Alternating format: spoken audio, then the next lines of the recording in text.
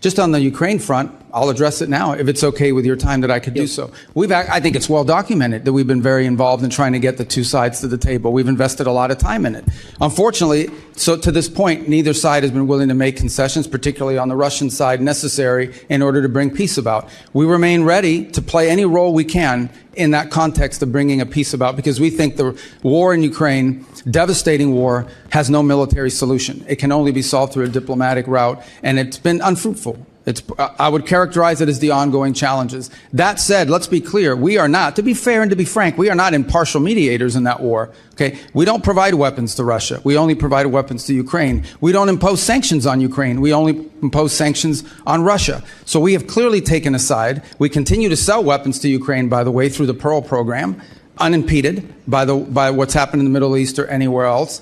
And look, we'd love to see that come to a negotiated settlement. As of right now, the prospects don't look great that either side is prepared to make the concessions necessary in order to reach an agreement. But we stand ready, and we've engaged and invested a tremendous amount of high-level time on that conflict over the last year. I think it's a source of frustration for the world. Hopefully this year will bring better news. I don't have any news for you on that front today, but we are ready. As I've expressed to both sides repeatedly, we're ready to step in and play whatever positive role we can to bring that devastating and escalating war to an end. Let's just get right to the point. I think that I would characterize the last 16, 17 months at the State Department as two things: a history of tremendous successes combined with ongoing and difficult challenges. And we will always have ongoing and difficult challenges in the world. Let me walk through them one by one. India and Pakistan were on the verge of an all-out war. The State Department and I personally were involved in de-escalating that conflict and bringing it to an end, a war between two nuclear powers. Thailand and Cambodia were involved in a war. Cambodia, a country we haven't normally had close relations with in a very long time. The U.S., the President personally played a pivotal role, not once, but twice, restoring ceasefires and ending that conflict. Obviously, the war in Gaza was brought to an end. Not only that, but all the hostages that remained were released, both the bodies and those who were alive. Armenia and Azerbaijan, that conflict ended. Not only did it end, but it ended with an agreement that I signed the MOU on yesterday, creating a new prosperity route, the TRIP route, which will provide extraordinary opportunities for both countries, especially for Armenia, while respecting their sovereignty, to really benefit from that. The Shield of the Americas was stood up. That means over 14 countries in the hemisphere, 14 countries in the hemisphere have signed up to partner with us on counterterrorism, counter-narcotics, and security matters. And we believe that that number will grow over the next few months as elections change leaderships in various countries. We held a rare earths ministerial that was attended by over 30-some-odd countries from around the world, all who were signing up for an American-led effort to ensure that critical supplies of rare earth minerals around the world are available for our emerging economies, and we don't remain overly dependent on China. We also announced the Pax Silica proposal, which is growing, but it's at 14 members now. These are 14 countries that are cooperating with one another to protect the supply chains critical to AI and AI development in the future.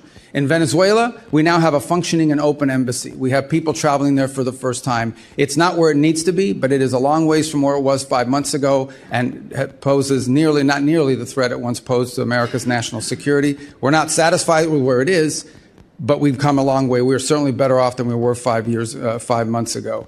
On Nigeria, where many were very concerned about violence against Christians. We are now actively in counterterrorism cooperation with the Nigerian government and Nigerian security forces, including a joint operation a couple weeks ago that took out the #2 leader of global ISIS operating from inside of the country, and that continues. The Pacific Islands, small Pacific Islands under constant pressure and threat from China, have received more attention from this administration than they've received in the last 10 years combined, and deliverables are coming along the way. The Quad, an important alliance in the Indo-Pacific between India, Japan, Australia. We've had multiple meetings of that group, including a meeting just last week in India, and a follow-up that's going to occur later this year, including a leaders meeting before the end of the year. As I speak to you now for the second consecutive day, and for the first time in many, many years, the leaders of the legitimate government of Lebanon and leaders from the government of Israel are seated at the State Department for the second day in a row, and hopefully today we'll produce a joint statement and an action plan on a track for security in that country, independent from Hezbollah, independent from nefarious influence. They had similar meetings last week at the Pentagon at the military level. We have signed 32 health compacts. 32 countries have signed health compacts with the United States, where our aid to those countries will not just be dollars distributed funded to an NGO who then will go into the country and impose programs. Instead, we are partnering with 32 countries, many of them in the African continent, in which we will empower their native and domestic health industries and national health systems so that they can, not only are we treating the acute situations on the ground of people that are sick, we are helping them build the capacity and the capability to do this for themselves. This is what these countries want. They do not want to be perpetual aid recipients. They want to be able to take care of their people one day, and we are helping them as part of our aid to build that infrastructure.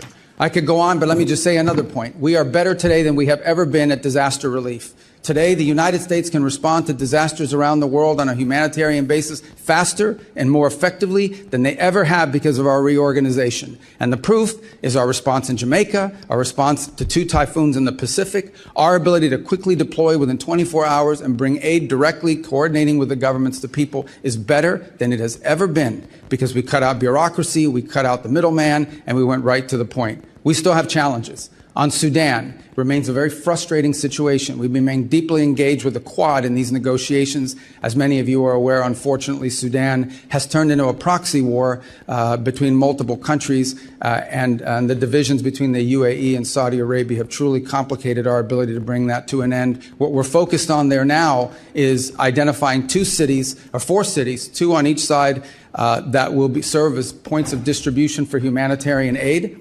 But the inability, the real frustrating thing about Sudan is that one side or the other will agree to something, but then they will not comply. But we remain focused on that, and we have people that work on that full time. We even had a donor conference just about a month and a half ago where hundreds of millions of dollars in pledges for not just humanitarian aid, but reconstruction. We're focused on that. It's an ongoing challenge. On DRC and Rwanda, they signed a peace agreement. Unfortunately, compliance has not been good. We've had to impose a few sanctions on the Rwandan side. We are starting to see some compliance. It's moving, not moving fast enough, but we're hoping to see compliance at some point in the middle part of next month in withdrawing the Rwandan troops from there. Of course, we still have the M23 problem that has to be addressed. Then like, share and subscribe to Mirror Now.